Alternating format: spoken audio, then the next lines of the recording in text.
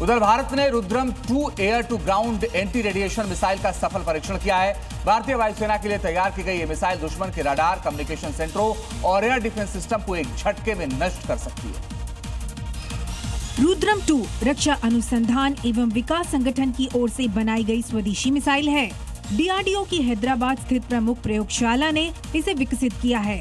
इसमें DRDO labs, ITR और उद्योगों ने भी अपना सहयोग दिया है। हिंदुस्तान एरोनॉटिकल्स लिमिटेड और अन्य साझेदारी ने भी इसके विकास में अहम योगदान दिया है। इस प्रशिक्षण ने स्वदेशी डिफेंस टेक्नोलॉजी की बढ़ती योग्यता को प्रदर्शित किया है, जो एडवांस वेपन सिस्टम में आत्मनिर्भरता की दिशा में महत्वपूर्ण योगदान देती है। नासिक के combat army aviation training school में दीक्षांत समारोह के बाद सेना के नवनियुक्त पायलट भारत भारद्वाज ने हेलीकॉप्टर के सामने घुटनों पर बैठकर अपनी प्रेमिका आरुषि को प्रपोज कर सबको हैरान किया। सभी अधिकारियों और परिवार की मौजूदगी में पायलट भारत ने अपनी प्रेमिका आरुषि को घुटनों के बल बैठकर प्रपोज किया। उन्होंने सबके सामने आरुषि का हाथ थामकर पूछा, क्या तुम मुझसे शादी करोगी? इस अचानक सरप्राइज से आरुषि कुछ पल के लिए चौंक गई, लेकिन फिर मुस्कुराते हुए उन्होंने हाँ कह दिया और भारत के गले लग गई। इसके बाद भारत ने अपनी जेब से चमचमाती अंगूठी निकालकर उन्हें पहनाई। देश सेवा की शपथ लेने और कंधों पर सितारे सजने के बाद भारत ने अपनी जिंदगी के एक और बड़े फैसले को सबके सामने लिया। तेज गर्मी की वजह से आग लगने का सिलसिला रुक नहीं रहा है। कहीं पर चलती बस बीच सड़क आग का गोला बन गई तो कहीं पर तपती गर्मी से गर्म होकर ट्रांसफार्मर फूंक गया। दोनों ही अग्निकांड की वजह भीषण गर्मी रही।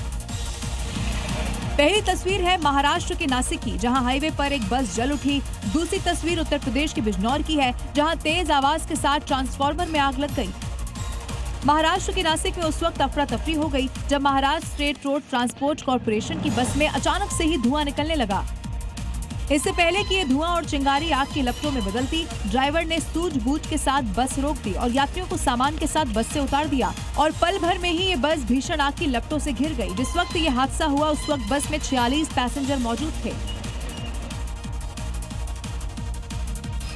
और अब देखिए राज्यों से जुड़ी 5 बड़ी खबरें। मध्य प्रदेश के रीवा से सुरक्षा में बड़ी गलती का मामला सामने। यहाँ के चाइल्ड ऑब्जर्वेशन सेंटर से 6 आरोपी फरार हो गए। इन 6 आरोपी के भागने का फुटेज भी सामने आया। सुरक्षा में गलती के लिए लापरवाही पर कार्रवाई के निर्देश जारी किए गए।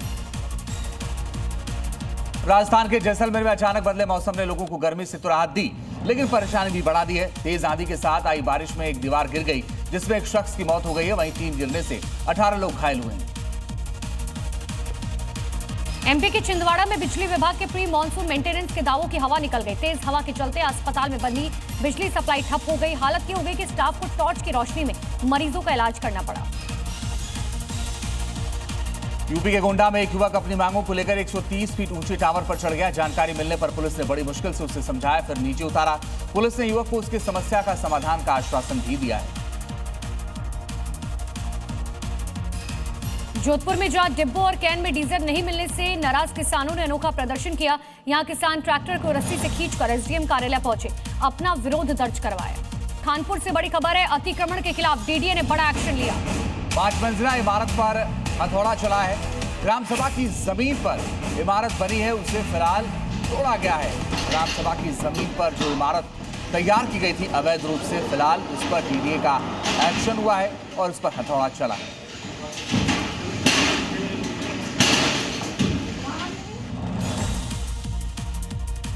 दिल्ली में डीटीसी की बस पर पथराव करने का एक मामला सामने आया है। यहाँ पर उपद्रवियों ने बस पर ईंट और पत्थर से हमला कर दिया। इस दौरान बस में कई महिलाएं, कई बच्चे मौजूद थे। ये वीडियो सोशल मीडिया पर वायरल हो गया। इन उपद्रवियों ने बस पर हमला क्यों किया ये तो पता नहीं चला, लेकिन वीडियो में ये पत्थर बरसाते बिल्कुल साफ नजर आ रहे हैं।